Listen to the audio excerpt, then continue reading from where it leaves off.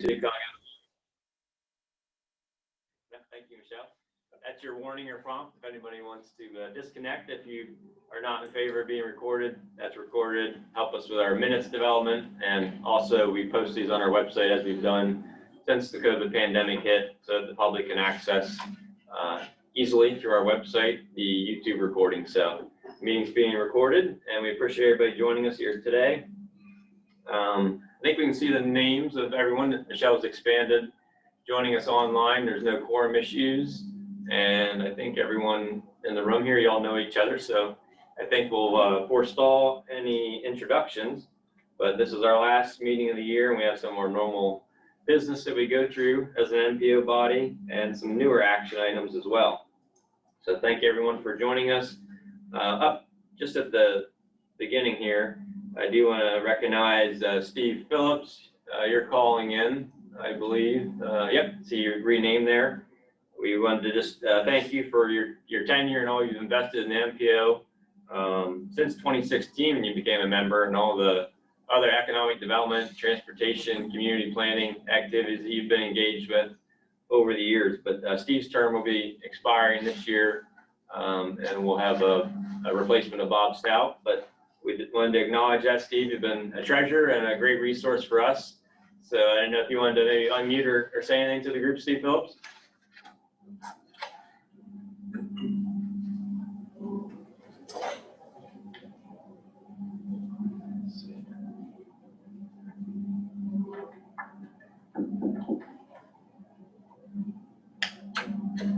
Were you there, Steve? Are you able to hear us? Maybe he had to walk away from his phone, but yeah, we do really value everything that Steve's done over time. And he's one of those SEDA COG Board of Directors appointed positions that expires this year. We'll get more into that later on the agenda, but just wanted to do that acknowledgement and thanks for everything he's done for the group.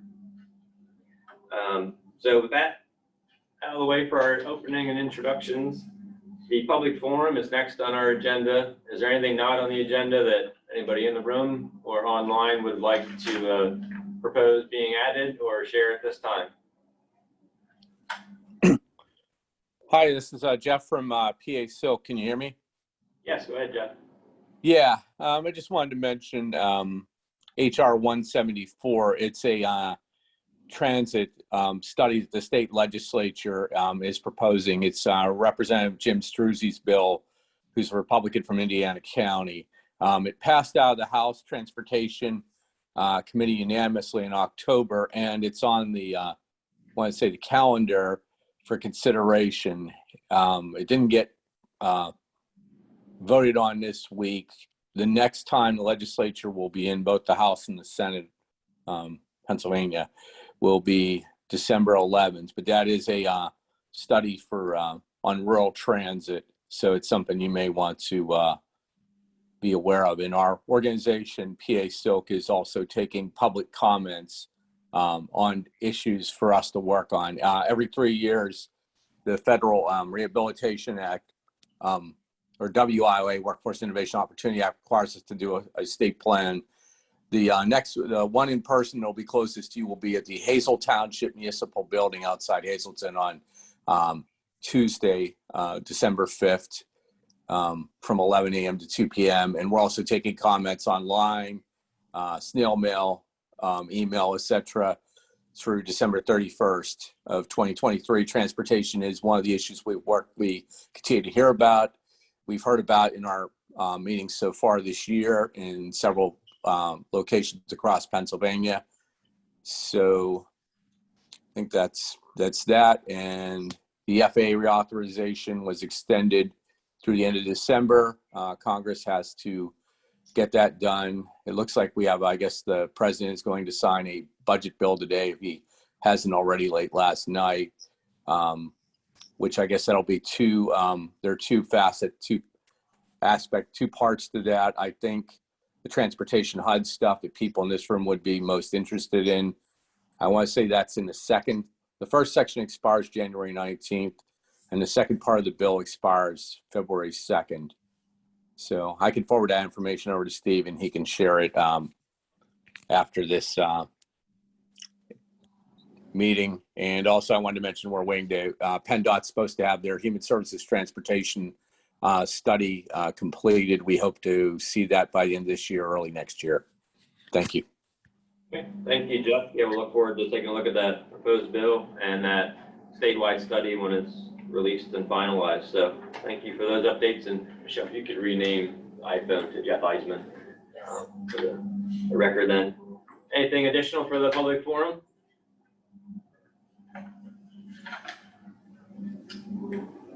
Okay, hearing none. We're at page 3 of our packet. That's the September 15th minutes for approval. If everyone's had a chance to review those, we look for a motion to approve. We'll give the motion to Greg Moore. No changes. Great, thank you, Greg, for the motion. Do we have a second? Second. Thank you, Brad, for the second. All in favor, please indicate by saying aye. Aye. Any opposed? Any abstentions? Great. Properly moved and seconded and approved. Those will be uploaded to our website and available there after today's meeting. Next is item D of our agenda. That's our normal TIF administrative modifications and amendments. There are a few amendments this time in both districts 2 and 3 counties. So beginning on page 8 of your packet, we'll have 2 amendments in District 2, and we would turn it over to Mr. Schultz from District 2 to present each of these for independent votes. So first is on page 8, as I mentioned, for the concrete preservation project. Mark, please unmute and run down these for the members. Thank you, Steve, and good morning, everyone. We're looking at this amendment for the SEDA COG concrete preservation project. This is a project that is restoring and rehabilitating concrete roadways throughout SEDA COG region. There's locations in Clinton, Mifflin, and Juniata that are being examined. An updated estimate came in, and with that updated estimate, we looked for funds within the region and other projects to transfer those funds, available funds, into this concrete preservation project, and thus created this amendment. A portion of those funds that we were looking at was the Lewistown Narrows rehab. That Lewistown Narrows rehab is still in preliminary engineering and will not get out to a construction until about 2025. So we were moving those construction phase funds out into 2025. We're also looking at, we had a cost savings, an updated estimate for the SR 35 stop 35 to Sheets area. That cost savings there for the bid came in, and we were able to utilize some of those state funds there. And we're looking also at the SR 522 betterment, in which we adjusted some funds at that point to make funds available for the concrete preservation project. So you want to take questions and do a vote on these individually, Steve, or? Yes, please. Okay. Are there any questions on this amendment request?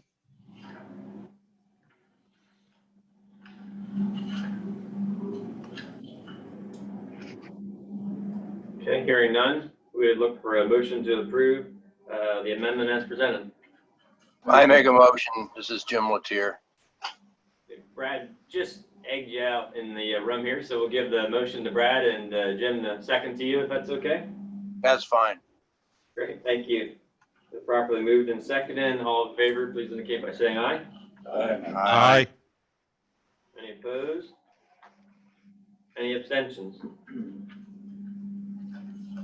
Okay, hearing none, that's been passed, and we'll do the normal electronic STIP form submissions after today's meeting. Next, page 9, Mark. Yes, page 9, 220, SR 220 bridge in Clinton County near Mill Hall over Lower Creek Road. This bridge structure was brought to our attention, I believe, by a water authority manager. He started to recognize had traveled under this bridge structure and started to recognize some concrete cracking and some concerns. And it brought that attention to us, brought that to our attention. We were able to get out there and do some inspection, and this has become a new project, not technically an emergency project, but it became a rush project for the district so that we could get this out This project is planned for a spring of 2024 bid to get into construction in 2024. So this got added into the list here as a amendment as a new project, and that we're utilizing some federal funds to support this interest of bridge rehabilitation. As you see there, we were able to pull those funds directly from the reserve line item. So are there any questions on this?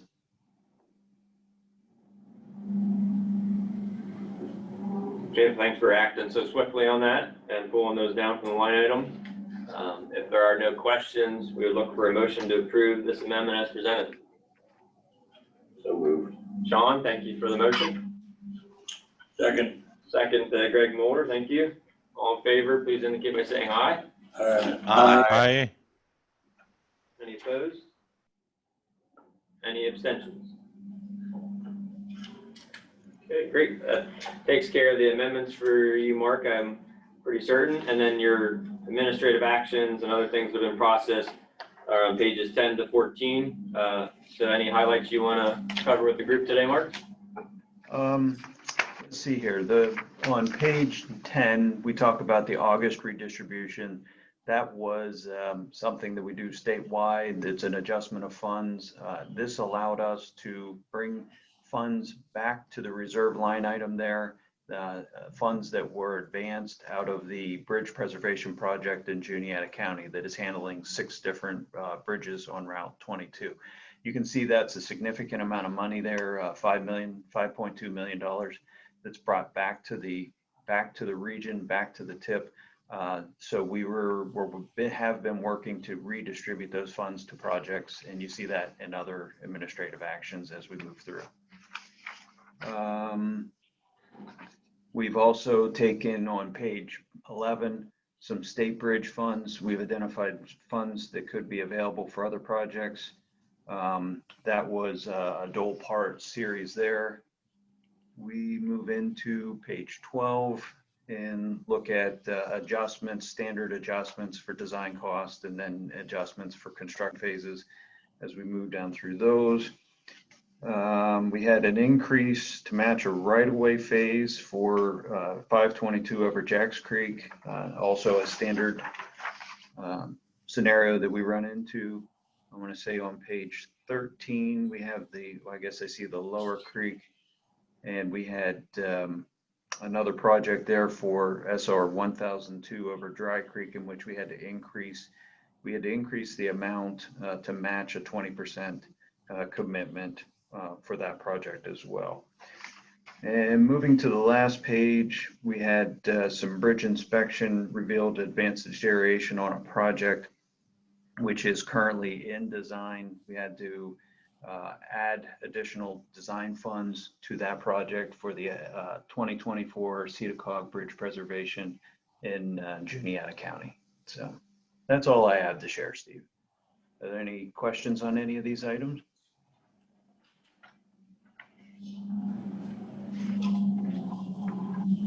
Okay, thank you, Mark. Thank you.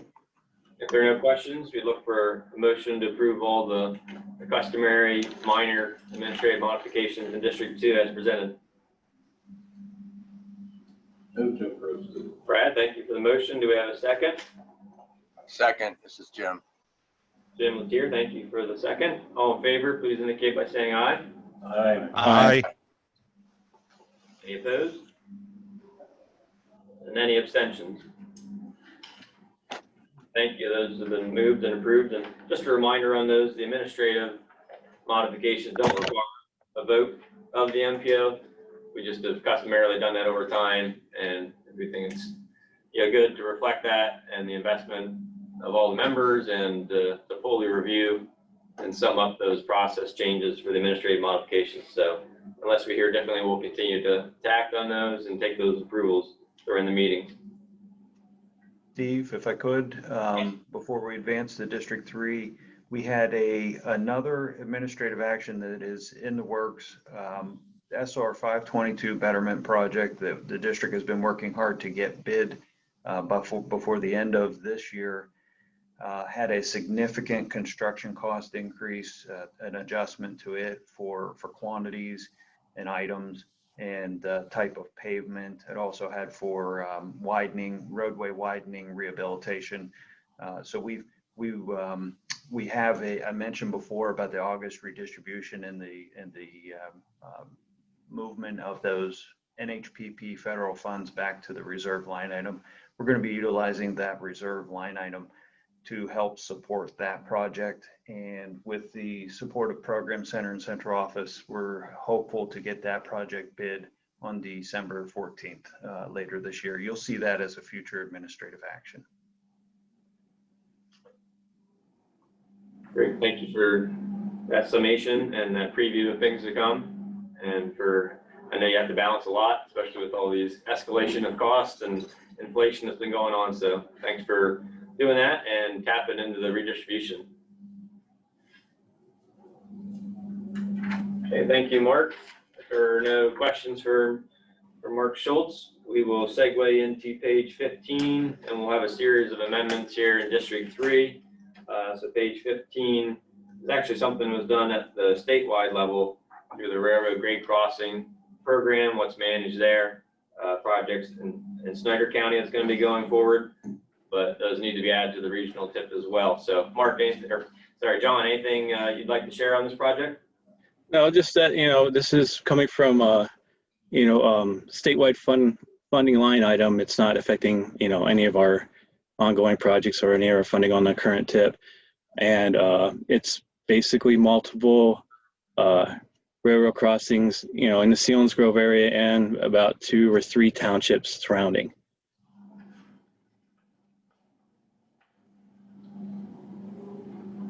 Okay, thank you for that, John. We look for a motion to approve the amendment as presented for the Snyder County Railroad Crossing improvements. Motion by Greg Moeller, thank you. Do we have a second? Second by Sean, thank you. All in favor indicate by saying aye. Aye.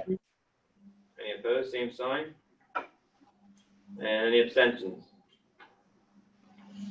Okay, great, that's been approved, and we're glad the region really does maximize that, statewide line item for grade crossings and moves on those projects quickly. So glad to see that come true. John, we're up to page 16 then for the amendments in District 3. Yes, I believe we're now on the SEDA COG bridge lighting project that we're requesting to have the PE phase added for. Yeah. We'd like to utilize some CRP funds to start a PE phase for 6. Right now, currently, we have tentatively have 6 bridges throughout the region to upgrade lights from high pressure sodium to LED. At this time, we're in the preliminary stages. We got a pretty decent project, developed here, but right now, anything past PE, I'm not really hesitant to put on. So at this point, I'd like to put PE on just so we could get started. We're looking to have a consultant on board in the beginning of the new year. So again, I'd like these funds on now, so I'm not rushing to you all in the late meeting in January to have them put on. Thank you, John. This is the new carbon reduction program funding that we've been discussing, and a new statewide strategy was just finalized, I think maybe this week. And we're going through the EV charging station study and everything. So we're trying to align everything, and we've been talking about goals and objectives for that and continue to work through that with the MPO members. But here just initially to advance these projects, this type of lighting project can move more quickly, and it'll have some emissions reduction benefits. So we're glad to see this option going forward and help with the lighting situation and energy savings on these bridges throughout Columbia and Northumberland counties, I believe, right, John? Yes, Columbia, Northumberland, and Snyder.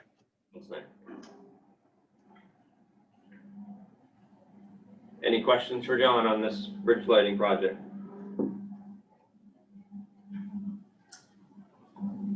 If none, we'd look for a motion to approve the amendment as presented. So moved, Eric Staley. Thank you, Eric. Do we have a second? Second. Greg Moeller, thank you for the second. All in favor indicate by saying aye. Aye. Aye. Any opposed? Any abstentions? Okay, thank you, John. We have another amendment here for the roadside rest resurfacing project in Montour County. That's correct, Steve. This is on State Route 54. It's basically right there at the Danville interchange off of 80, about a mile of roadway on 54. This was originally intended to be funded with our maintenance funds, but as now we're, getting to the end of our maintenance budgets, progressing through our maintenance budgets, the maintenance side just could not fund this. So they requested if I could fund it on the tip, as well as this is also a project that is slated to be let with another group of projects in on 54 and around 54 to be done at the same time. So we'd like to try to keep this project, funded and moving. Through the redistribution, I had funds in the light item. It's not affecting anything else we're doing. So, I thought, this is kind of a no-brainer that yes, we could pick it up and continue to be able to let the whole package of projects together. And again, it's a simple resurfacing. It's nothing, we basically have it all covered through the other projects. We'll have to do a little bit of reevaluations to get some correct clearances for it, but it'll be ready to go for a 2024 let. That's why I'm here now asking for the funds. And I'll take any questions.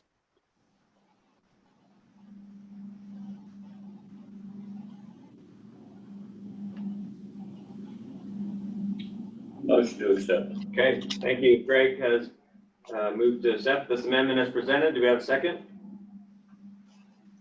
I'll second. Thank you, Steve, for the second. All in favor, indicate by saying aye. Aye. Aye. Aye. Any opposed? Any abstentions?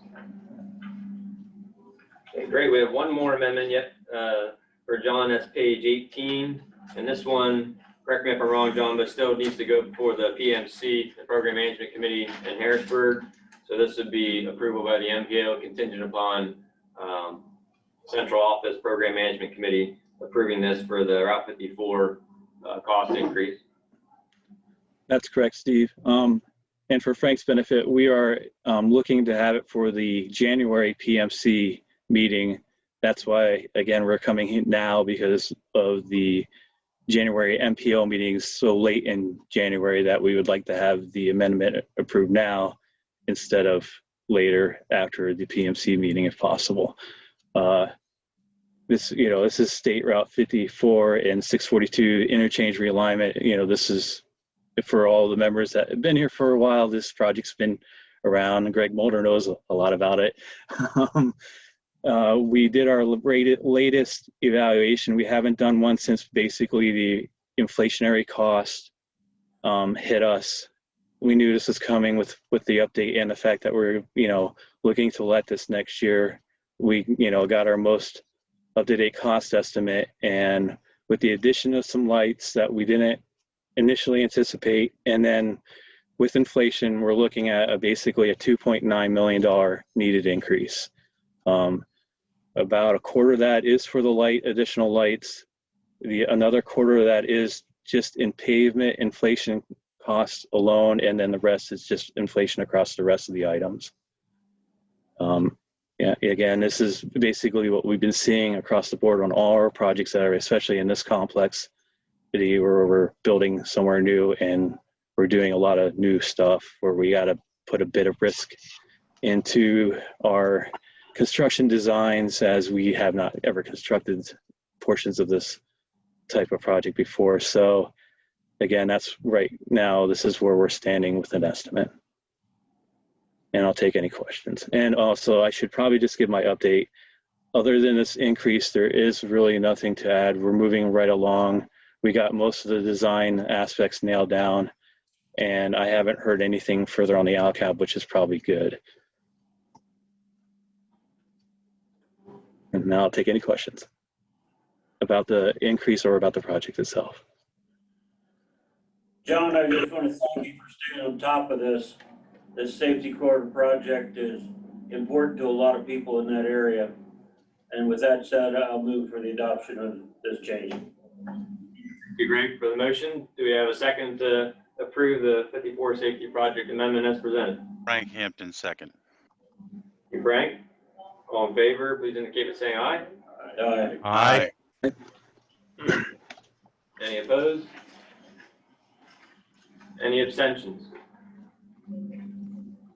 Okay, thank you, John, for the amendment rundown. The normal actions, administrative modifications are in the packet as well, pages 19 to 31. Any of those you'd like to highlight for members? Other than already, Mark stated before about the redistribution, it is again also in our set of actions here.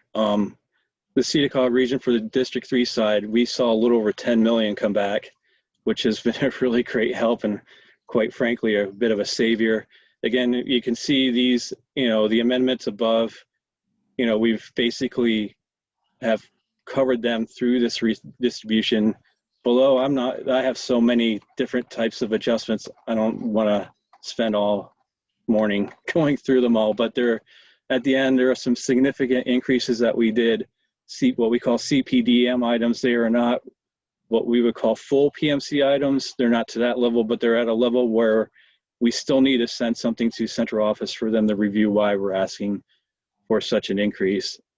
There are 2 of them, I believe, on this, and then a couple other around just under those threshold, around $1 million increases for a couple other projects, and then some pre-construction phase increases as well. Other than that, what you see is, I think there's a couple of railroad adjustments and then adjustments to utilize this redistributed funds. They give it to us mainly in federal funds that we can only use on NHS routes. I worked to get those funds into more usable funds by swapping out funds from projects that could use them, that had other funds that other projects could use. So it was a great benefit for the D3 region and the SEDA COG area. Great, thank you, John. Maximizing those and using them to the full effect. Any questions? Yeah, see, it's going to say any questions. I'll take it.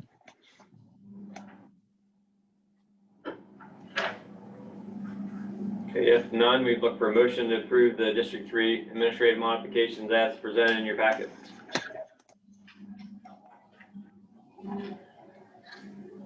Eric Staley, I'll make the motion. Eric, thank you for the motion. Is there a second? Second. Greg, thank you for the second. All in favor indicate by saying aye. Aye. Any opposed? Any abstentions? Okay, great. That takes us through. I know there was quite a bit of activity there and a lot of adjustments and several amendments for this meeting. So thank you for wading through all that. And John and Mark, thank you for all you do in balance and keeping those things advancing forward.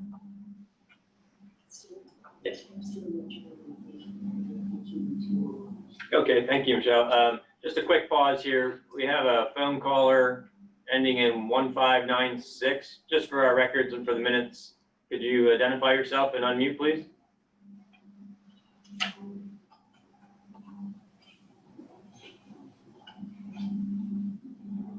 That's a 212-228-1596 number.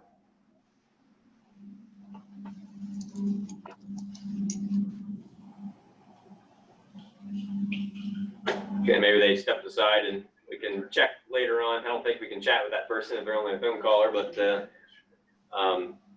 just take this quick opportunity. Steve Phillips, are you able to hear us and unmute? We recognized you at the beginning. Steve.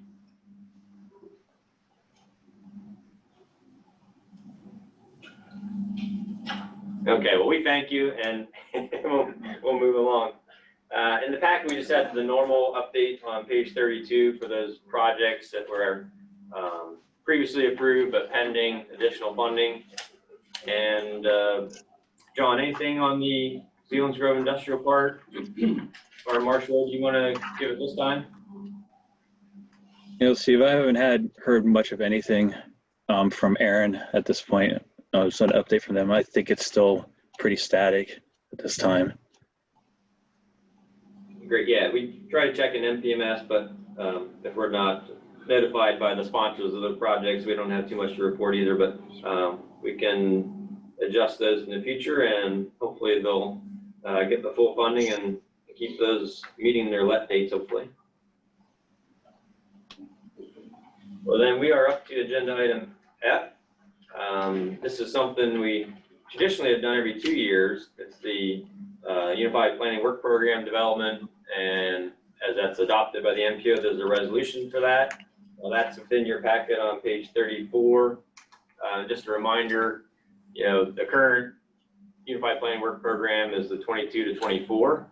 That expires June 30th of next year, following the state fiscal year.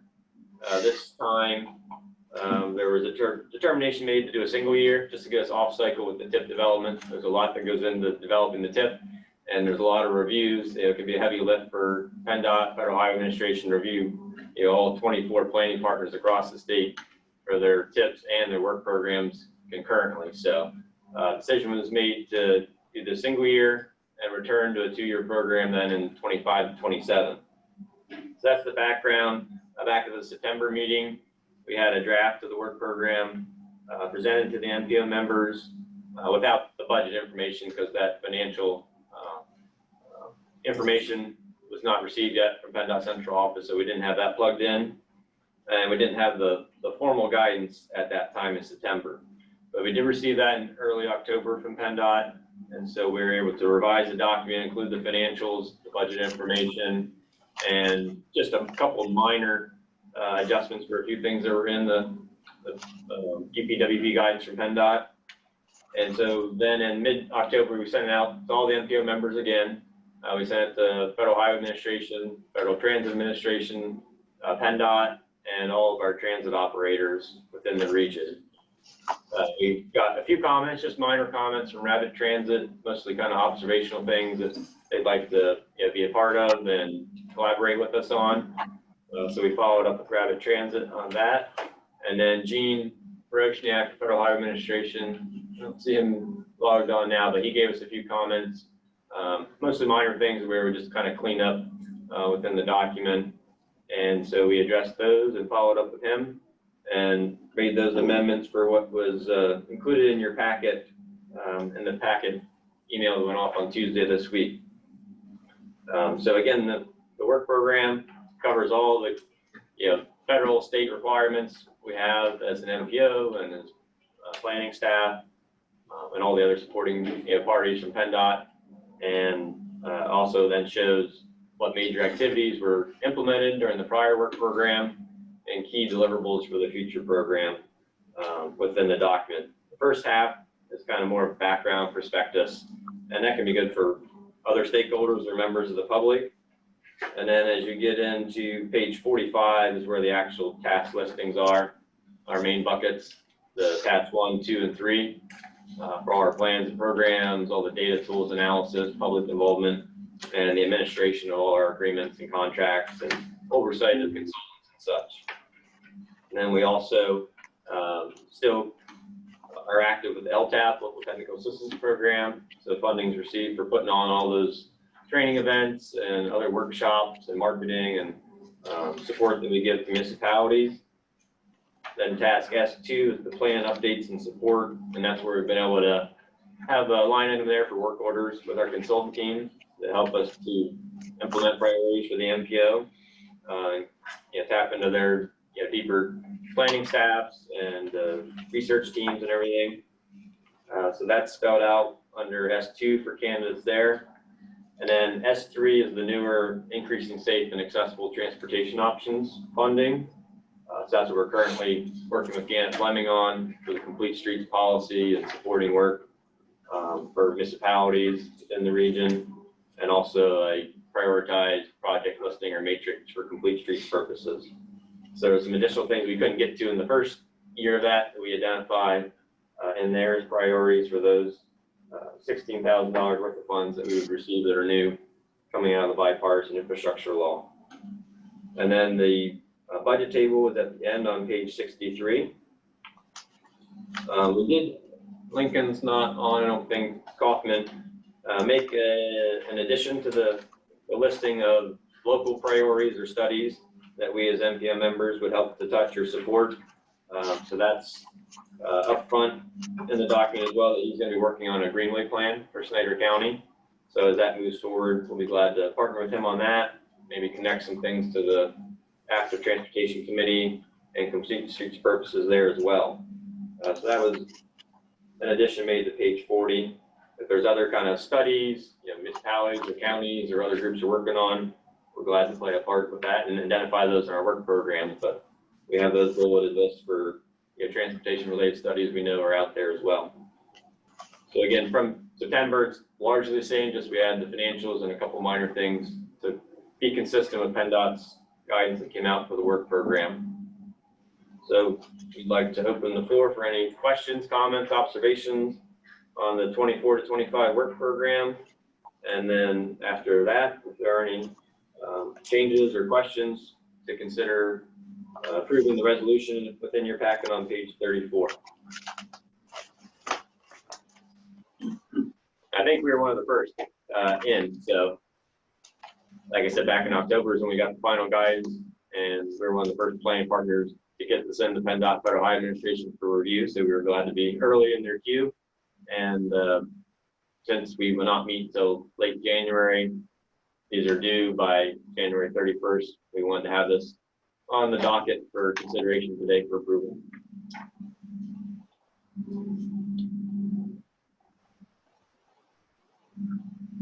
So any questions or comments on the draft work program as presented? Steve, I didn't see anything that brought any red flags to me. Yeah, there's carryover things there, and there's implementation of prior studies and work. And we try to add where we're getting some new equipment or new software or technology, how we're going to use that as well. But yeah, thank you for the comment, Greg. If there's nothing further, we would look for a motion to approve the fiscal 24-25 DPWP for SEDA COG MPO and to submit it to PennDOT Federal Highway for a formal review. I'll make the motion, Steve. John, thank you for the motion. Do we have a second? I'll second. We'll give Steve a second on that. Slightly edged out, Brad. Thank you, Steve, for the second. All in favor, please indicate by saying aye. Aye. Aye. Any opposed? And any abstentions? Great, thank you for that. Look forward to partnering with you, and then won't be too far off. We'll be starting to develop the 25 to 27 one next year. So if there's kind of new guidance that comes out, we'll share that with you. But then that'll get us on a 2-year cycle. So it'll be a little bit longer period in between votes and new work program development. And I'll get the resolution signed that you passed here today and have that included as an exhibit after today. Great, thank you, everyone.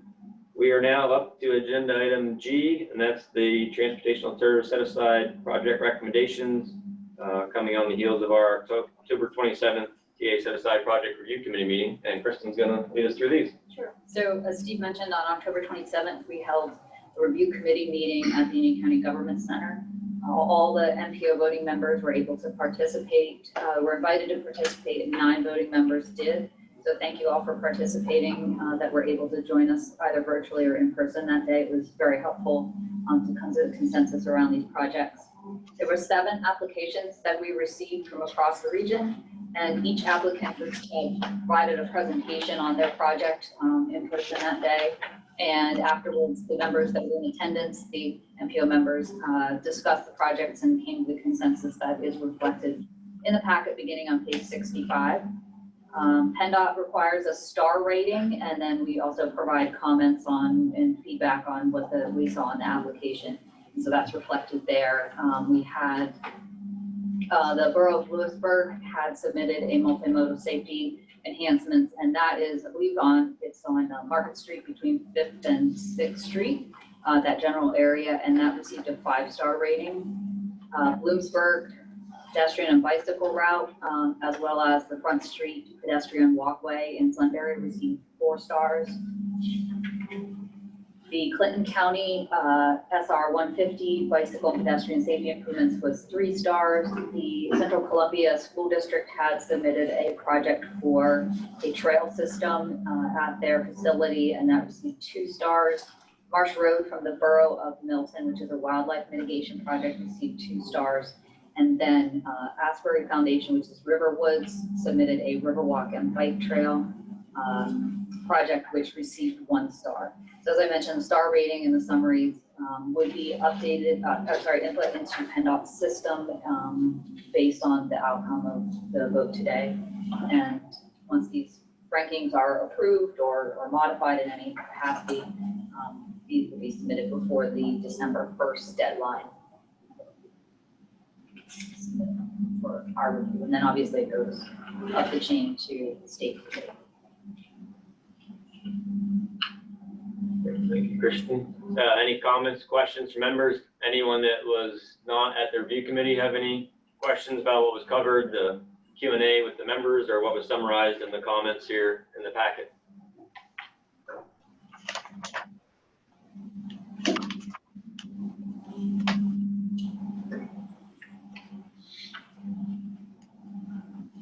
Okay, if there's nothing, we would look for a motion from the MBO to approve the ratings as presented and the comments to be uploaded in the PennDOT's application system after today's meeting and get that in ahead of the December 1st deadline. So if there aren't any questions, comments, do we have a motion to approve the TA set aside ratings and comments?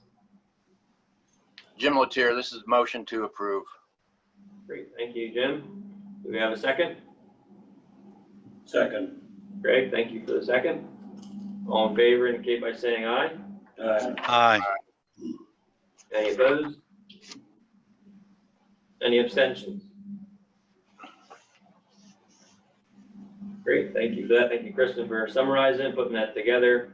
And we had unveiled our owls that we had purchased for the MPO at that meeting. I think it worked pretty well.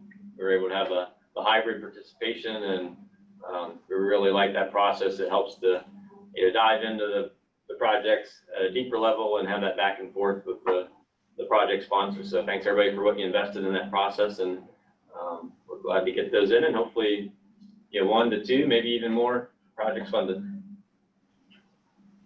We're now up into agenda item H, and that's the MPO meeting dates for the 2024.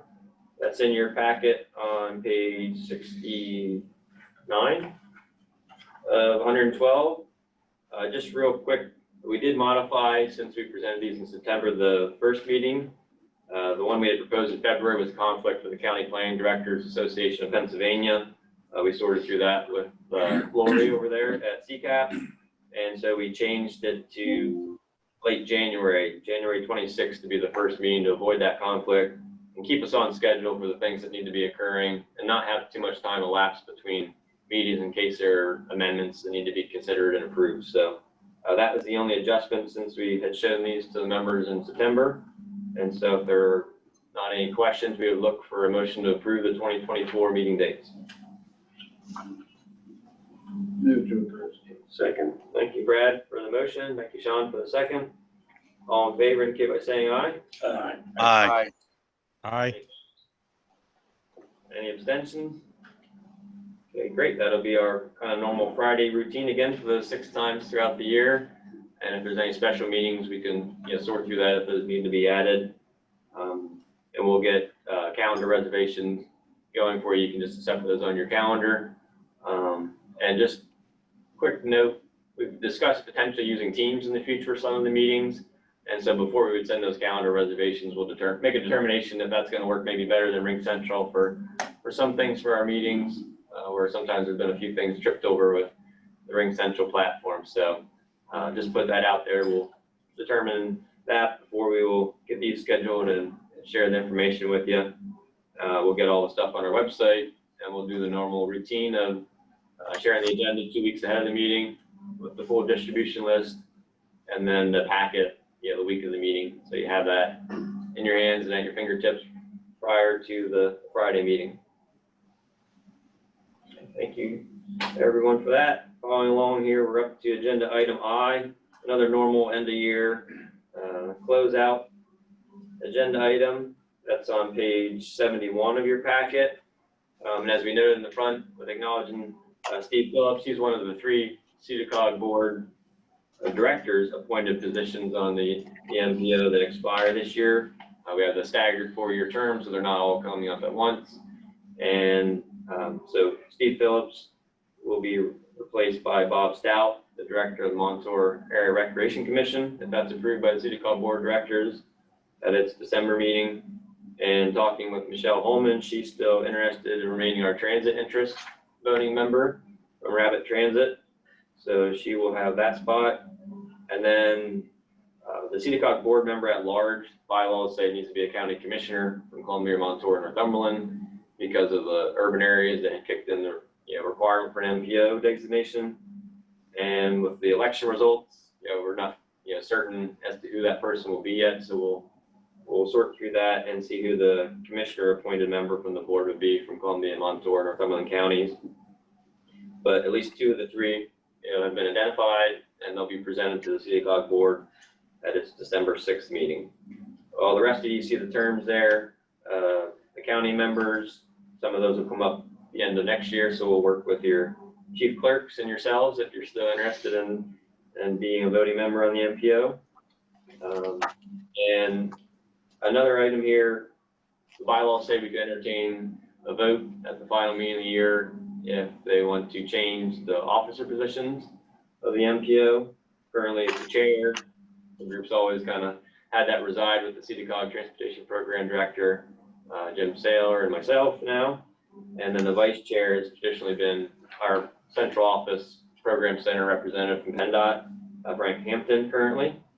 So we just wanted to put that out there. If there's interest in any changes, or if you're comfortable with the same officers continuing on, we could take a vote if you wanted to endorse that. It was done last year through a motion to carry on with the continuing existing officers. You will make a motion to retain the existing officers. I'll second. Okay, thank you, Sean, for the motion. Thank you, Craig, for the second. All in favor, please indicate by saying aye. Aye. Any opposed? Any abstentions? Okay, Frank, you weren't beaten out by any last second candidates, so you're carrying on as the vice chair. Thank you. I thought for sure when I wrote somebody else's name in, they would at least get the nod, but Yeah, Not right. happening, Frank. No Mickey Mouse or Donald Duck write-ins or anything. Ralph Nader, something like that, whatever you like. Thank you, everyone. We're advancing here rapidly now to agenda item J, and Kristen's gonna provide you background for this and cover the notice that's in your packet on page 73. Sure, so starting on page 74, it includes a letter from PennDOT came from Larry Shipley's office, and the compliance with section 504 and the ADA is an item that was identified as lacking at many levels across the state in the transportation field. And the regulations require that a designation of a responsible employee to coordinate efforts and compliance in addressing accessibility matters, including ADA accommodation requests and complaints. So what we are looking to do is have an adoption of essentially myself as the compliance person to oversee any issues that come up about accessibility or ADA compliance.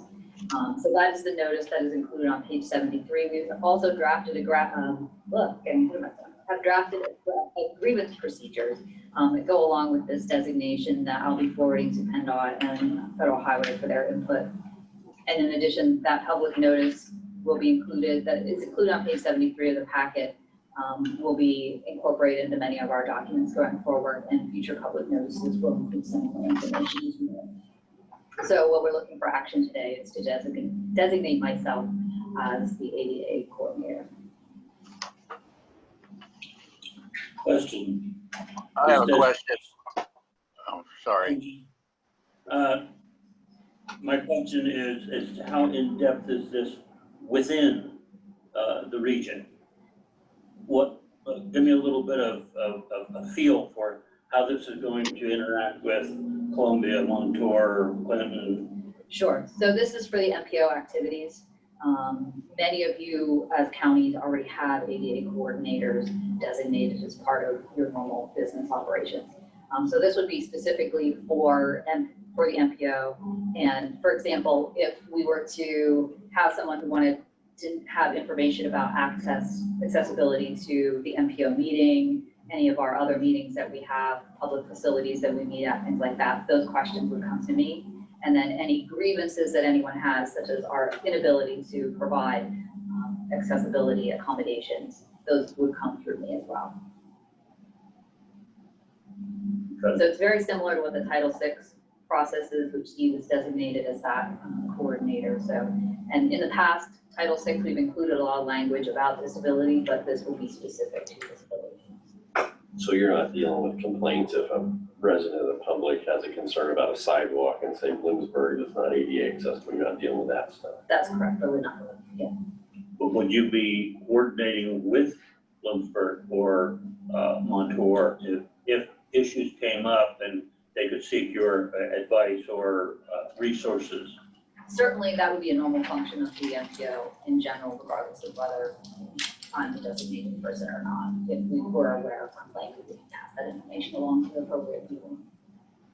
Okay. Yeah, it's more, like Chris said, for our meeting process, our plans, activities, that people, individuals with disabilities have equal access, into those. And then it won't negate anything that you as local bodies are required to do with your own ADA coordinator or complaints. It's just for the things that the MPO is sponsoring, putting out there, or if there's a grievance, those can be factored into the planning process and addressed accordingly. And those kind of things that come up locally, we can support, whether it's through a TIP project, it's a TA set-aside type project, but. Yeah, I was just basically concerned if we were adding another level of compliance for our local communities to have to, well, not only are we doing this at the county, but now we have to coordinate with the MPO, but it would only be basically for the MPO's functions and a tie-in if requested.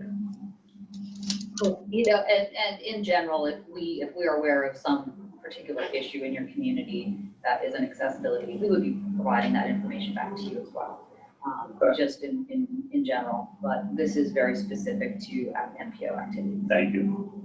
And the proper notices to be in all our publications and documents and on the website and everything. And it was it was covered largely under other things that MPOs and RPOs were doing across the state, but it wasn't as explicit for AD purposes. And it was caught like when the state and federal government do like compliance checks of MPOs and RPOs. This came up as an area that wasn't fully adequately addressed by all of us with this designation in all of our notices and our publications as to how this is written out and how people can issue complaints.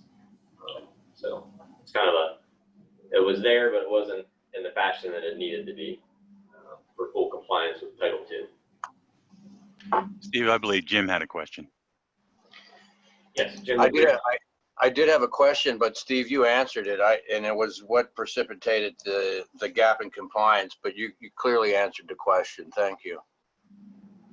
Okay, thank you. And Frank, feel free to add on to that if there's other things that you're aware of that maybe we didn't touch on or weren't clear enough with. No, you handled it, and this was your required public notice of this new coordinator position within the MPO to handle these potential grievances or complaints regarding the MPO's process and or documents. And I would move for the appointment as mentioned. Great, thank you for the approval of this designation and all the proper addressing of it within our notices and plans and website. Do we have a second? Second. Thank you, Brad, for the second. All in favor, indicate by saying aye. Aye. Aye. Any opposed? Any abstentions? Anything additional on that, Kristen? No. And Kristen is also up for our updating on where things stand with the 2025 12-year program and TIP development. Sure. So on page 77 of the packet includes the updated timeline. We've had 4 coordination meetings with the districts and central office, and the process is moving quite along. The next coordination meeting that we'll have will be held on December 8th. As you can see from the timeline, we're more than halfway through this process. And what we're looking at very soon is the April 5th meeting is when the MPO would approve advertising the draft tip for public comment. Public comment would begin on April 19th and run through May 20th with presentation meeting on or around May 6th for the public to attend.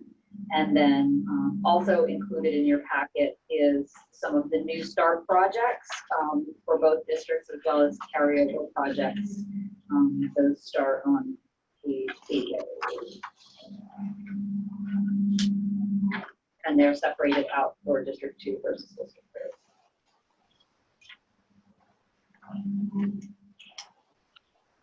So that's where we're at in the process. If anyone has any comments or questions.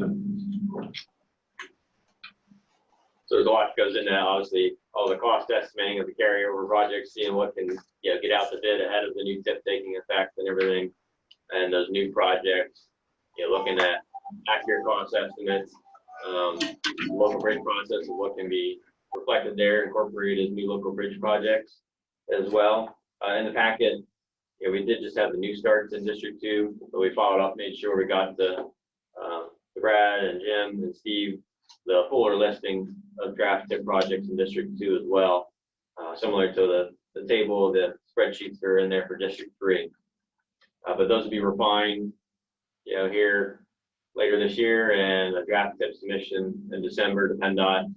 And then once we have a January coordination meeting with the central office level, probably by that late January meeting of the MPO, the 26th, you should see a pretty well refined draft tip for your consideration and comments. Mark or John, anything additional you wanted to share about where things stand with the tip project listing? Yes, Steve, thank you. We've incorporated in our line items a local bridge retro program. This goes well with the local bridge prioritization that SEDA COG has completed throughout the counties. Been talking and discussing with Randy Albert about the investment and the potential to increase that investment throughout the SEDA COG region. So we're having those conversations. There's also a safety line item that's still available. So as we continue to monitor and evaluate safety needs throughout the region, we'll have those funds available. We have an infrastructure line item for CRP that is out there, and continue to have those conversations about carbon reduction, potential for following in D3's footsteps with the interstate light or interchange lighting upgrades. And as well as we've added and incorporated in a new item, a line item for maintenance. What we're looking at and what we see throughout the SEDA COG region is that we have many of our, what we would call our quad routes or our business plan network 4 routes. There are lower level secondary system that has low ADTs. Those are areas that are in need. So what we do is we utilize these line item maintenance funds to help support our group resurfacing projects, in which we go through a county and upgrade, update, and modify, improve, resurface roadways. So we're looking at $2 million available each year there, hoping and intending to reach those secondary routes and those secondary systems with those funds. So at this time, that's all I really have. We had 37 projects that we carried over, 31 new projects that we're looking at for bridge and preservation project interest. And at this time for roadway, with, as I've mentioned to Steve, we have some funds that we're heavily considering support for additional local bridge needs beyond the local bridge program. So still continuing to work. Thank you. Thank you, Mark. And Steve, just on, on my end, on the D3 side, again, this is still a draft. This might be changed a bit here or there as we get things more, get to finalization. But in all, this should be pretty good. Just to kind of clarify things, a carryover phase, a project with a carryover phase is just that was on the previous 4-year, the current 4-year plan we're on now. And then a new phase means that the project either had a phase on the previous, or the current, I should say now the current tip, and a new phase means it's just a new phase for that project that probably was in the out years on the current tip. And then a new phase is a brand new project. This could be either a brand new project that we added, or if a project that just moved up from the 12-year plan into the 4-year plan. Other than that, again, I think you'll see the 42, yeah, it's on there, the bridge lighting project. Again, that's only showing new phase because technically we will have a phase now on the current tip. And that's basically all I have. Again, I think, we're targeting, I think, mid-December to have this fully in MPMS.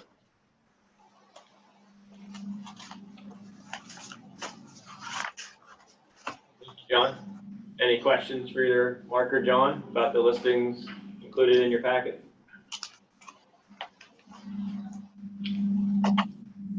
Thank you again, Mark, for that retractor bridge line item, and John for the local bridges you're carrying over and the new projects you're showing on the tip. Really appreciate your investment on the local network that way.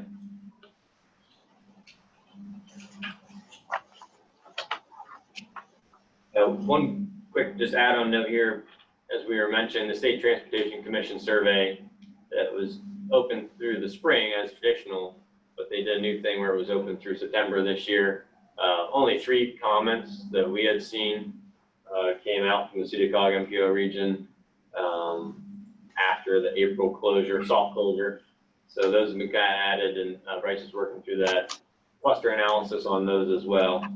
And there'll be a lot of other things you'll see as we get into January and April. The related tip documentation that needs to be put out for comment as well. So you'll see all those kind of project selection, performance measures pieces, the environmental justice analysis, and so forth. But yeah, this usually grabs the most attention in the actual project listing. No.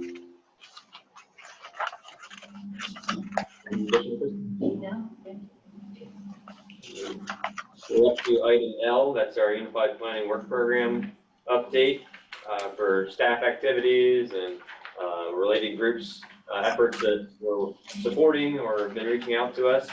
And so there's a few things in here we've kind of touched on in some capacity, but I'll just hold at this point from anything I'm going to run down and turn it over to Mr. Keel to give us an update on the electric vehicle charging station study and the strategic plan and LTAP activities.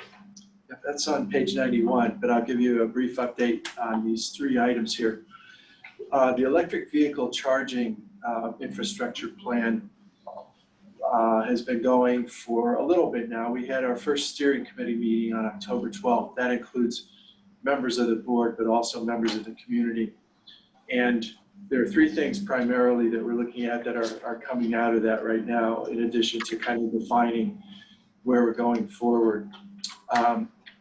The study goals, there's 6 of them, just briefly I'll mention, is to identify gaps and needs for this kind of infrastructure, what some of the challenges and constraints are.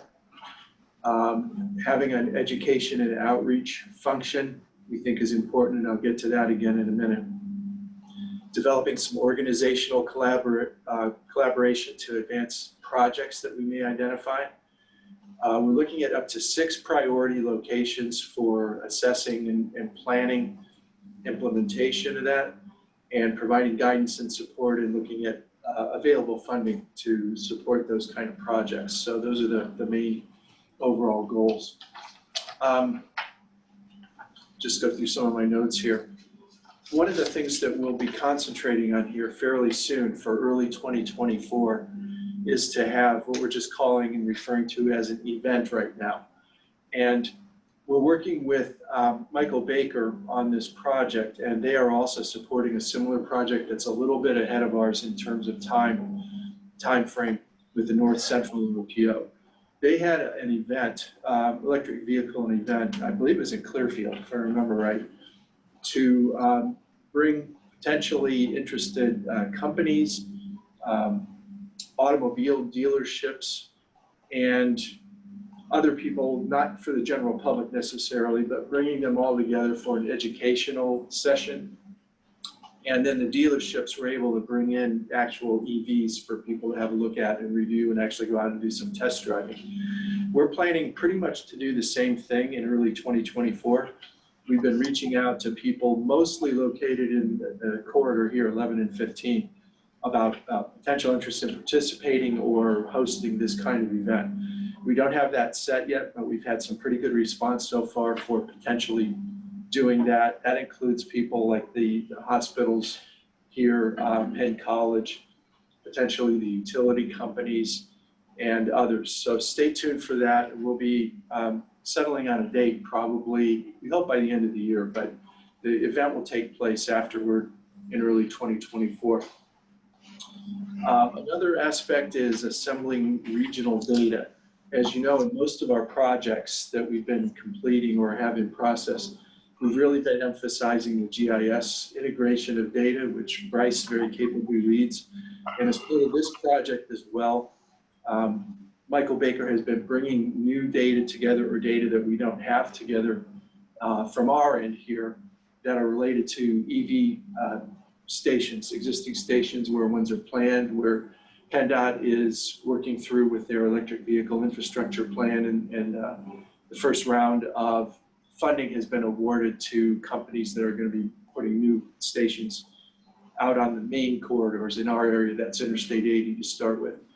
So that will filter down through other phases to include other corridors, and we're particularly interested in looking at ones here that are non-interstate corridors like 11 and 15, 22 through 22, 220, and we'll be kind of concentrating on those corridors for this plan. So the next steps are to prepare for that EV charging event. Location to be determined. We will be having, as I said, classroom instruction or education for that, and then actual looking at EV vehicles that will be around for people to look at. The third component I wanted to mention is some of the partners or some of the others that are involved in this project. And those include utility companies, particularly PPL is represented on the EV steering committee. Of course, PennDOT, Clean Cities, we're planning to keep the relationship with them going. And there's a group called Charge at Work that has some United States Department of Energy funding to accelerate charging programs. So we've had some interaction with them. So the next thing that will be coming out then is scheduling and planning where we're going to have this EV event. So we'll be doing that shortly. It's something that you can keep your eyes and ears open on. I'd like to move on and talk about this strategic planning study that we also have started. We conducted the workshop about 2 weeks ago, November 2nd here. Appreciate everybody that was able to attend either in person or virtually. We had a good turnout for that. And our consultant we're working with on that is Gannett Fleming. So they sent two of their main people to lead the workshop.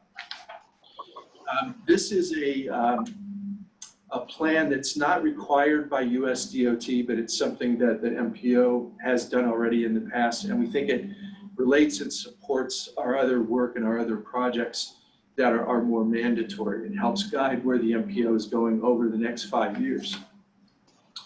We started at a high level looking at mission and vision statements.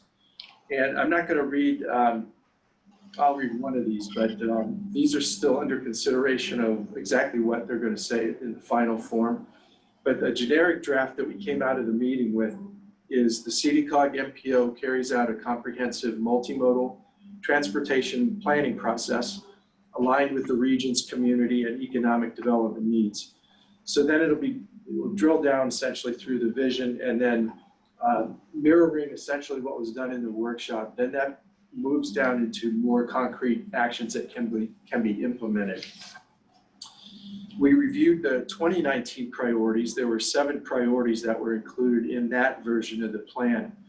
I just mentioned real quick: inadequate funding, asset management and performance, resiliency, modernization, operational controls for major routes, being multimodal and transit served, and integrated land use transportation planning for the CSVT. I think one thing we realized in the workshop is just how much has changed over the last 5 years. I think we all realize what's happened in the world. That gets down to our level too on what some of the priorities are. So some of these I think will still remain, and there will be some different ones or some new ones that we'll be looking at. So we split into 2 parts, 2 groups, to identify what priorities might be for transportation planning and positioning and for the organization itself. We came up with some overlap between the 2 groups, and then there were some different things that came about from the 2 groups. And I won't go down the list because there's quite a lot of various things on there. But the top 5 implementation, what we call features and tools at this point, I do want to read. They kind of separated themselves out as the highest level ones. So just for your hearing, the top 2 that tied for number 1 actually were defining lead and support roles for initiatives and actions that come out of this process, and using strategic plan priorities to form partnerships and strategic alliances. So that's an implementation flavored action. The other 3 were making the strategic plan to MPO budgeting and resource priorities, providing an annual strategic plan status update that can be faced to the public as well, and quarterly action tracker review.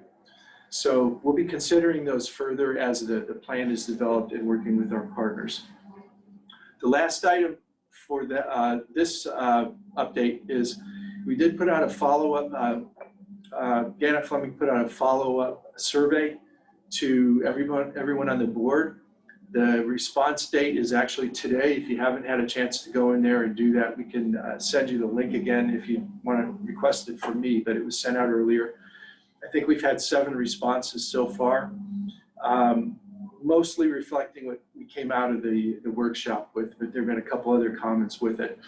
I just want to give a brief review here of what the proposed dates are. We hope to have the first draft of the implementation framework in early January. The final version of that by May, and then adoption at the June 14th MPO meeting. So that project, I think, has gotten off to a very good start, and we'll have interim stages where we continue to move the effort forward between now and June. The last item I wanted to cover that's not in the list in your packet, but was something that just occurred yesterday. As you may know, that with the LTAP program, Steve was over that for many years, and then when he assumed the director's role here, I inherited his position on the LTAP advisory committee that the state has. We have 2 meetings a year. We had the fall meeting yesterday, and there were just a few things that came out of there that I thought you'd be interested in hearing about. LTAP continues to develop new courses every year.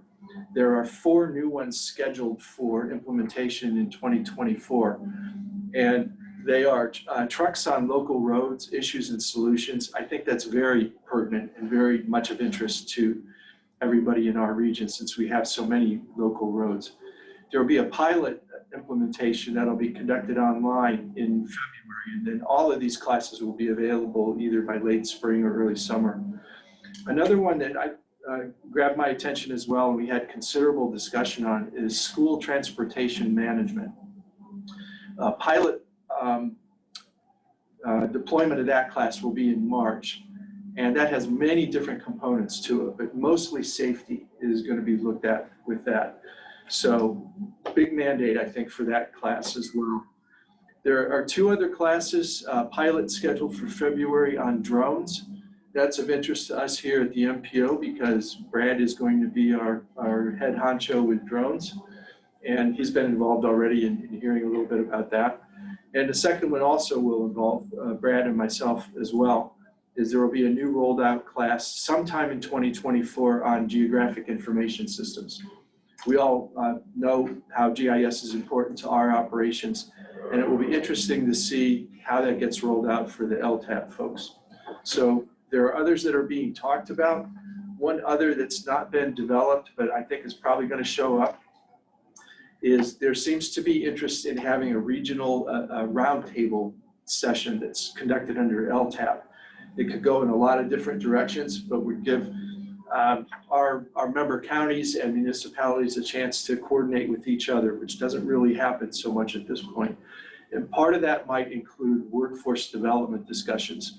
One of the common themes that's happened is there's, just as everywhere else, there's lots of turnover for road crews and roadmasters and field maintenance people, and it's difficult for municipalities to deal with that. So I think that's a timely topic as well. The last thing to mention to you from that is here at the MPO, we've had 10 classes that are either been completed or scheduled still this fall, which I think is good. Because of the pandemic, the number of courses statewide, classes statewide, will probably not be up to the pre-pandemic numbers, but it is growing. So there's been 136 classes to date. The level in 2019 was 213. So we are going up as a state every year now since 2021. This year and last year, the number of classes are continuing to rise, and we're seeing that here locally with our regional members for the LTAP classes. So on any of those three topics that I covered, if anyone has any questions, I'll be glad to entertain those, but keep your eyes and ears open on the first two studies that we have going on, and we'll have more to report at the next meeting as well. Thank you, Don. Are there any questions for Don?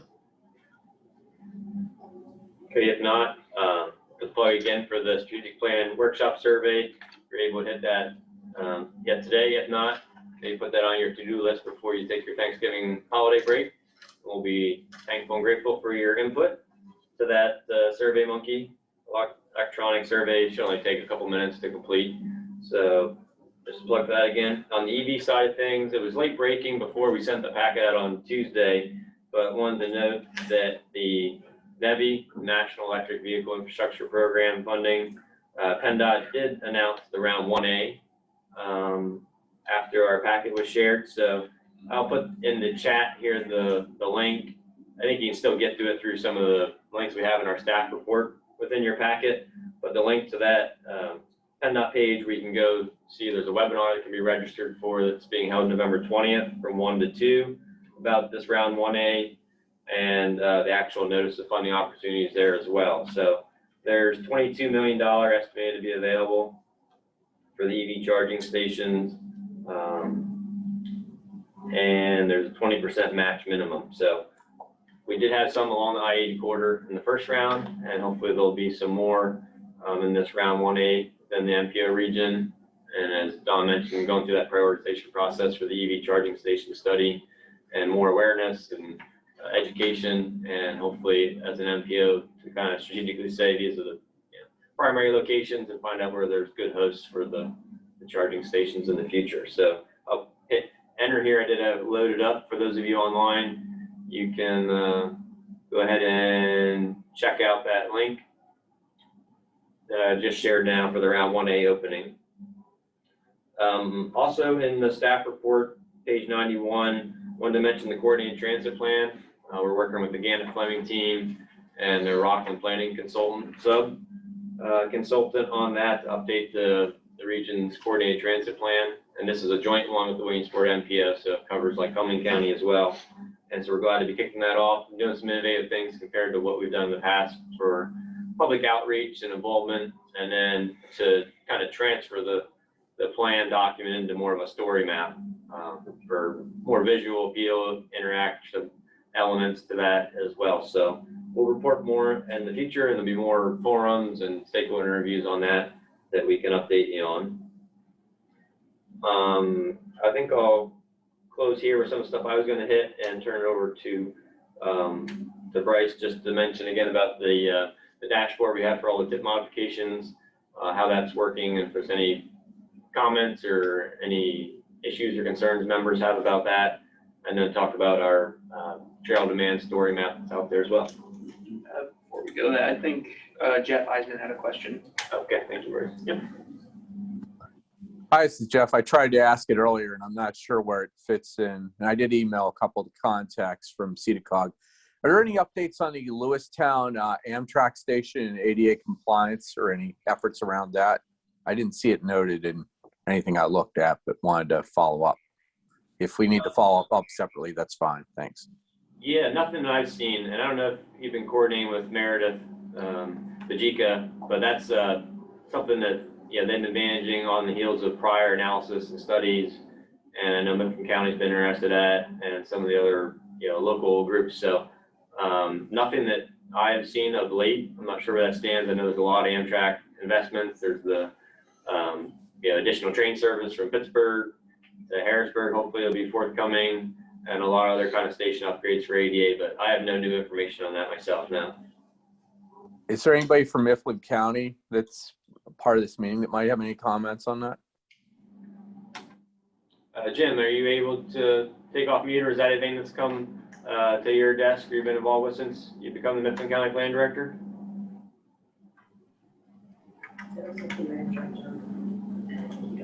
Oh, okay. Looks like he's no longer with us on this meeting.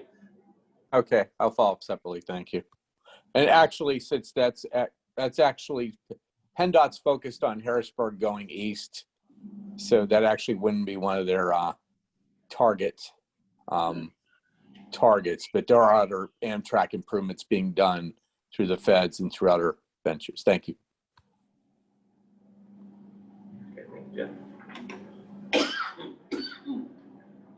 Alrighty. Well, before we get on to agenda item M, I just wanted to run through the tip modification dashboard update with everybody. I'll throw it in the chat here for everybody that's online, before I pull it up on the screen here for everyone in person.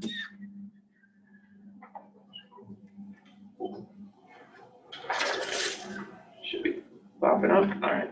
So at least with the new update here, we added one little extra update. On the bottom here, you can see, different MPO dates that you can click on them. It'll go to the previous dashboard. That way you can kind of see what amendments, what actions are moving back and forth between meetings. So that's just going to be, in addition to every dashboard here moving out. As we have more meetings, more of those will pop up on the bottom. And we also added the MPMS number here to the left. So if you want to search by, any project number, you'll just click on that. It should pop up on the map and down here in Juniata. So that's the update on that. Does anybody have any, questions, anything that I can add to this that makes it more useful for you guys,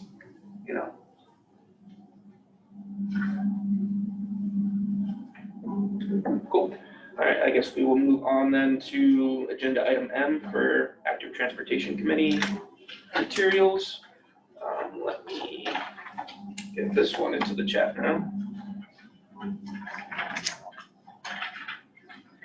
So our big update is that we have published the 2022-2023 SEDA COG MPO Trail Demand Report. This is basically a companion piece to our MPO's Bicycle and Pedestrian Towns program. It also ties directly into Action 18 of the Mill-Susquehanna Bike Ped Plan that calls for the estimation of walking activity in the region. So I just added the link there to the chat, but I'll pull it up for everybody here just to give you an idea of what it looks like. This report can be found also on page 95 of your packet and was also included in the email link. So this was created using our Esri licensing and presented in the form of a story map. So it combines a narrative along with graphics and all that fun stuff that Esri lets you make. Feel free to pull this up on your own time. I'm not going to present it mostly because it's meant to be a narrative, read, digested that way. But I'll give you kind of a bird's eye view of this as we go along. We mentioned this pretty quickly during our last MPO meeting, but as a refresher, we've been working with Dr. Michelle Byler from the Civil and Environmental Engineering Department at Bucknell. for about last year and a half, 2 years, to create what you're about to see today. Back in 2020, or July 2022, we installed a bunch of 6 counters on different trail networks in our region. Milton State Park, Watsontown Towpath, and Dales Ridge Trail. Each of those had 2 counters. The counters were out there for about a year, and we collected this usage data. So it's not counting the actual people who are on the trail, but in a way the amount of uses that the trail is getting, hit on. The counters have a difficult time differentiating between, multiple people walking in a row. So this way, it's more of a proxy to the amount of people that, actually attended. This is laid out like a normal report. You got your introduction, your methodology, your results, analysis, and the next steps. But I just wanted to give you at least an idea of our results here. If you go to the 3rd tab there, we'll come up with the table, graphics, all of that stuff. For each of these counters, each of the counters has their own little tab. You can click on it. It'll come up with your weekly traffic counts, percentages by day of the week, by the month, and by hour. So you got a lot of stuff to play around with each of those 6. So, feel free to, pull this up on your own time and go through there. Dale Ridge ended up being our most trafficked trail with about 40 uses per day. Here you can see the comparison with Milton State Park to the left, and Watsontown in the middle. Our key trends, spring and fall ended up being the most, prominent trail time. This may vary because our seasonal, data this year came when we had the wildfires during the summer. So that may have impacted how you can see, in the middle there, there's a big dip. And we're not sure if that's just because of summer temperatures or the wildfires. Maybe we'll see, moving on to this project here in the near future. Unsurprisingly, weekends took the biggest brunt. Sunday and Saturday had the most users, and then late mornings and afternoons usually have the most users. Next steps wise, we just installed those 6 counters back in Clinton County, Bald Eagle Valley Trail, as well as the Lock Haven Levee Riverwalk. You can see those places here, the Riverwalk, as well as 2 segments of Bald Eagle. So we're hoping to get the data from those back next summer and make pretty much a similar report to what you see here. So we're very happy with how this turned out. If you have any questions or concerns, reach out to me. I'd be happy to explain the project a little bit more. So thanks. Thank you, Bryce. Yeah, we had shared it with the Middle Susquehanna Transportation Committee earlier this week, and Frank gave good kudos, and each of the trail sponsors were pleased to have this kind of a nice reporting using the story map, and they have access to the data for their purposes as well. We're glad to be hitting kind of the westward expansion here for this year in Clinton County. I know that'll help Steve and Matt at Clinton County with different things they're working on, programming wise or grants and everything. And same for City of Lock Haven to support them with the Riverwalk Trail there. So we'll hope to get out to additional counties in the future years and maybe do some refreshers and do some comparisons in the future for the ones that have already been counted. And this report will, be updated, over the next couple of years, maybe turned into a website, if we have more data, more trails, being able to compare them outside this narrative format, would be useful. Again, that's on page 95 of your packet. It's in your email, it's in the chat. So, if you need access to it or can't get access that way, email me afterwards. We're glad to have Dr. Byler's participation throughout, and she has some interest in using this for research purposes, potentially future conferences or seminars as well to incorporate this data that she has access to in supporting our efforts. And then also we'll probably get a social media post after today now that we've shared it with our committees and put it out for any public consumption. And we're glad to have this on the street and have this data. And if there's things you want to offer in the future for future trails or locations to consider, or other things you want to share about the existing platform for how this data is shown, just let us know at any time. To add on to that, for active transportation, I know I mentioned during our last MPO meeting that Corey Ellison is stepping down from her position as Executive Director of SGP, or Susquehanna Greenway Partnership. They're our other main partner for the Active Transportation Committee. So losing her is a loss for us, especially she helped me transition into this role. So she'll be departing next month, and SGP is currently waiting on an applicant to accept their offer for the position. So their replacement will overlap with Corey here in the next month, and hopefully that won't derail too much stuff with the Active Transportation Committee here in the near future. Another topic, I know I mentioned this last time, I've been slowly working on an Esri hub site for the MSATC, kind of similar to the performance dashboard that you guys have seen in the past. It's currently being built. I'm working on populating it with some text and images and whatnot. So hopefully I can get that shared with you guys early, 2024. So keep an eye out for that. And then our next meeting isn't until Wednesday, February 21st. So if anyone's interested in joining for that next meeting, isn't a part of the listserv, email me after this or let me know so I can get you on that email listing. I don't have any other questions. Hand it back over to Steve. Bryce, I have a question on this report. Yep. Is it semantics, is it a trail demand report or a trail use report? Are you actually projecting demand based on numbers you're seeing? So this was at least a big talking point with Dr. Byler. So we originally had trail usage as in, we're counting every person on the trail or every use of the trail. At least trail demand has been the definition or like the main vocabulary for people who research, trail stuff. So Dr. Byler wanted us to have the same, verbiage in our report as in, all the big research papers out right now. So you're really just counting, you're not projecting like No. regional demand for trails and bike paths. yeah, so everything that's in this report is based on July 2022 to July 2023, and nothing in the future. Steve, I'm sure you know this, Kristen probably knows this. Michelle Byler's been collecting data for over a decade on the Buffalo Valley Rail Trail. Good luck if you can get that from her.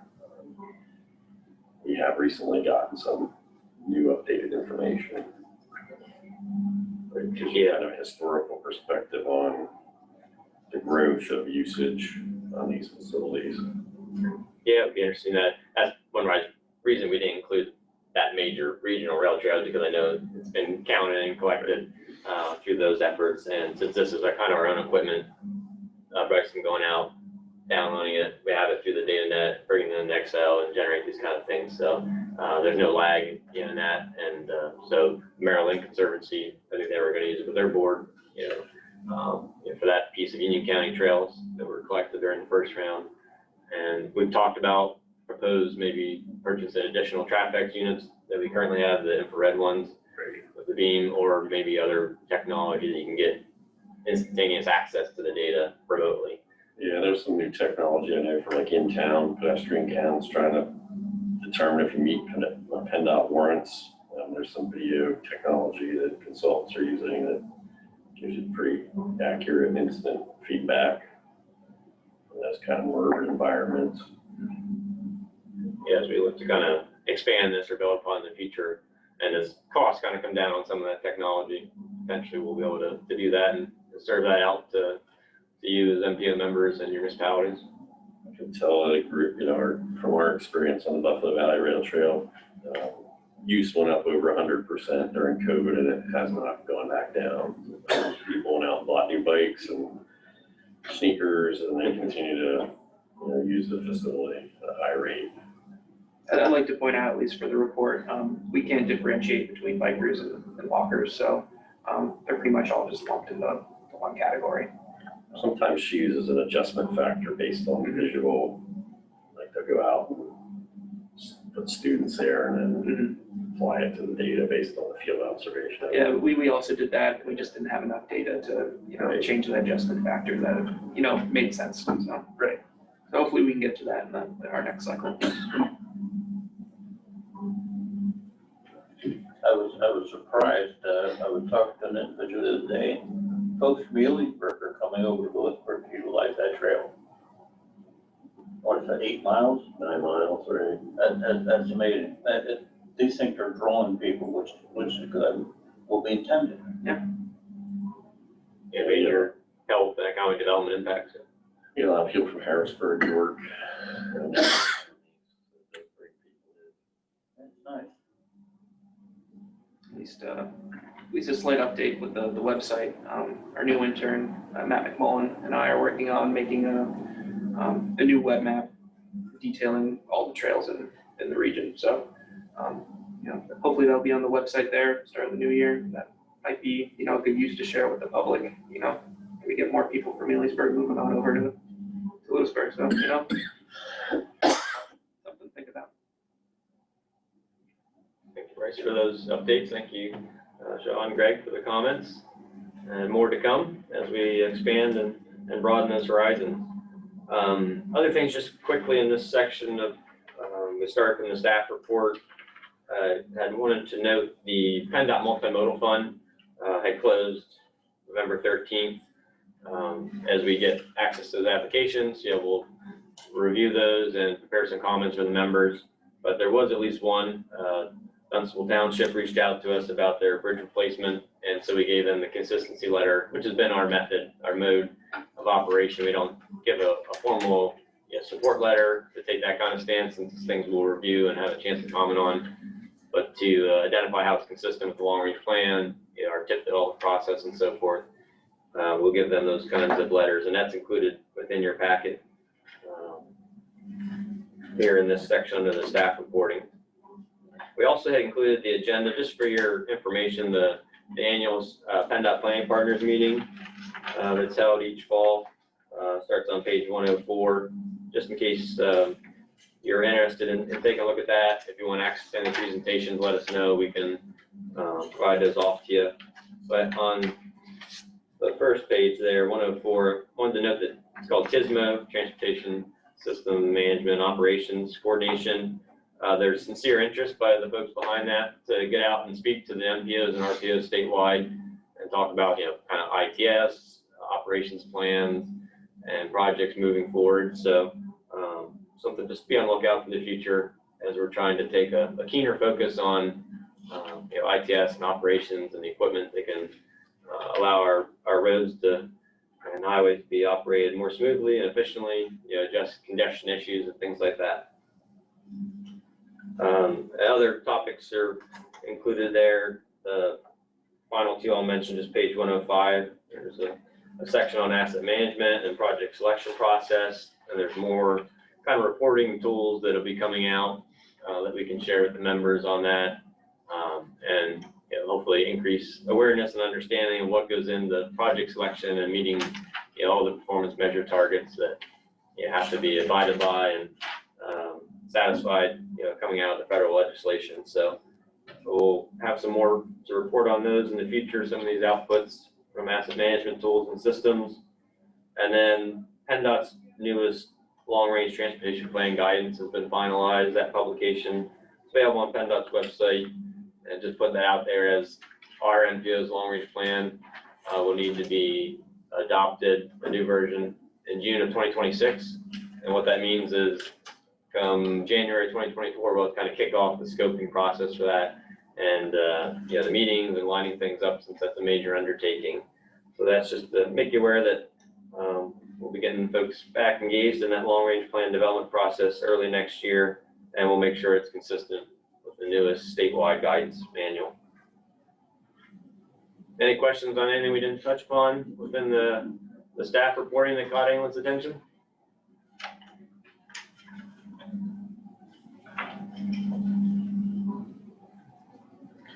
Okay, if not, Bryce had taken us through the Susquehanna Active Transportation Committee. So we're up to agenda item N, starts on page 108 of your packet, just kind of those general interest items and some funding programs that we highlight within your packet. I'll just touch on the Safe Streets and Roads for All, page 109. Late October, U.S. Department of Transportation announced those that were chosen for the planning and demonstration grants. And we expect the awards of the more implementation type projects soon, probably in December. so we can share that in the next meeting packet. You can kind of take a look at what was approved for funding in case there's any food for thought there, or help to members for potential projects in your areas. And then the next application round of Safe Streets and Roads for All expected to open in February of 2024. I think the other stuff's pretty self-explanatory on the funding side of things there. So we would just open up for questions on that, or are there any things that you're working, projects or activities you're working on locally, or anything you think is for the good of the order under the member forum?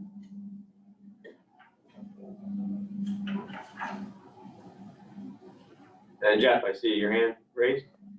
Yeah, this is just a question. I went for Wednesday. I wasn't able to make the meeting. Had some challenges with Ring, Ring Central, which are hopefully fixed now. Was there any discussion about any of the transit agencies having trouble getting drivers now? I've heard that in general from transit agencies across the Commonwealth and elsewhere. Yeah, I think that's been a standing issue. I think most of the operators are really struggling with that. River Valley Transportation Authority in Lycoming, Clinton counties, I've heard that they've been successful. Yeah, I'm not sure what the main thing is there, if they're doing it through pay or other benefits, or just they have a good pool of candidates up in that area for drivers, but they've not really struggled like I've heard for the vast majority of transit operators. So I think come up on our Middle Susquehanna group, because that's more bike ped related, but feel free, anyone else, if there's things you're hearing. I don't think Michelle Holman's with us, but yeah, it's been a real problem, and all kinds of marketing tools and incentives are being used, but there's a lot of turnover, as I understand it. Yeah, and I think there's been a little bit more money there, so some of it is maybe just people not wanting the jobs too, unfortunately. So, all right, thanks. Did you have a comment? Sorry, Greg. We've heard that from Rabbit. They do a lot of our delivery and stuff in Montgomery County area. And they're telling us that the number of drivers and dropping off.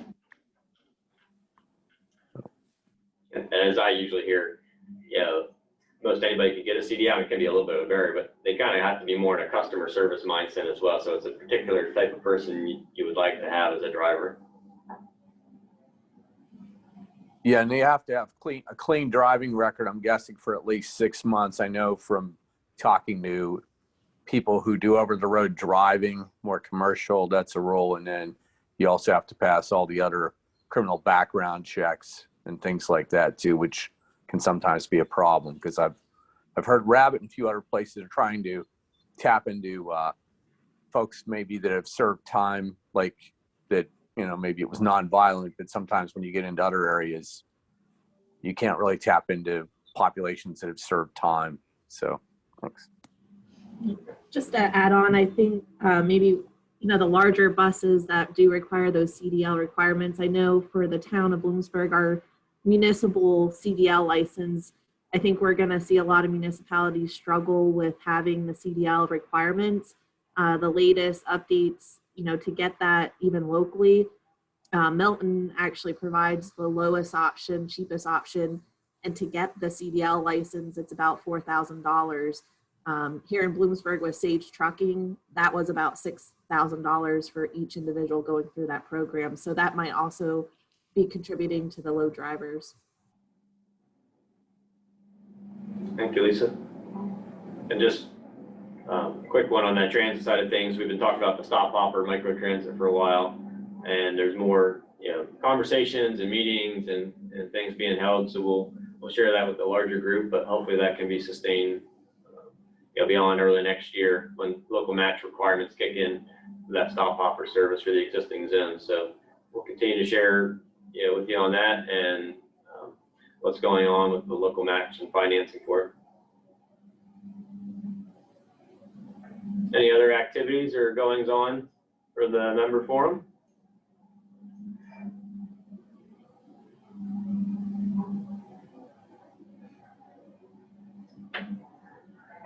Do a quick check of all the online. I don't see anything. I guess I'll just do one final one as a preview for next year. Something else that came in late before this meeting was the safety performance measures, our normal things that we have to comply with on an annual basis for the Highway Safety Improvement Program. Those targets that the state establishes and the goals, which then the MPO usually follows right on the heels of that and adopts as well, because we're not doing our own analysis and analytics to determine something different. Those came out just before the meeting, but we have until February to adopt those, so that'll be an item for January. We'll have that information in your packet and can get that approval.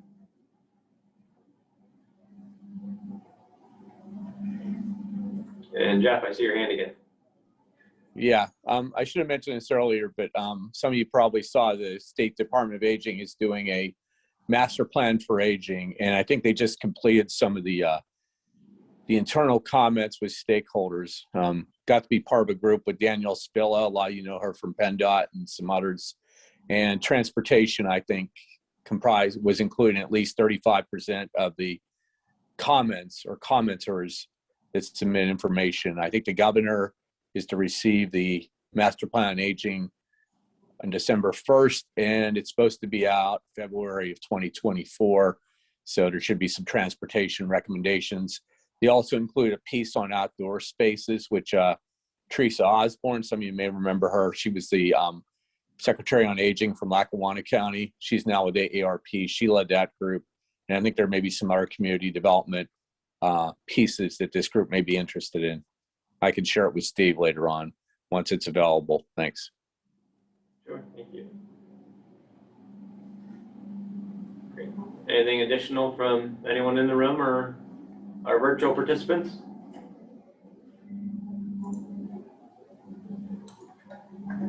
Okay, if there's none, we'd look for a motion to adjourn. Wish you all a great holiday season coming up, and that we'll be getting back, at least officially, in January, on January 26th. So we have a motion to adjourn. So moved. Thank you, Sean. Do we have a second? Yes. Thank you, Greg. All in favor, please say aye. Aye. Aye. Great, thanks, everybody. We'll look forward to seeing you in the new year and other interactions that we'll be having between now and then. Thank you. Thank you. Take care, everyone. Be safe. Thanks. Happy holidays.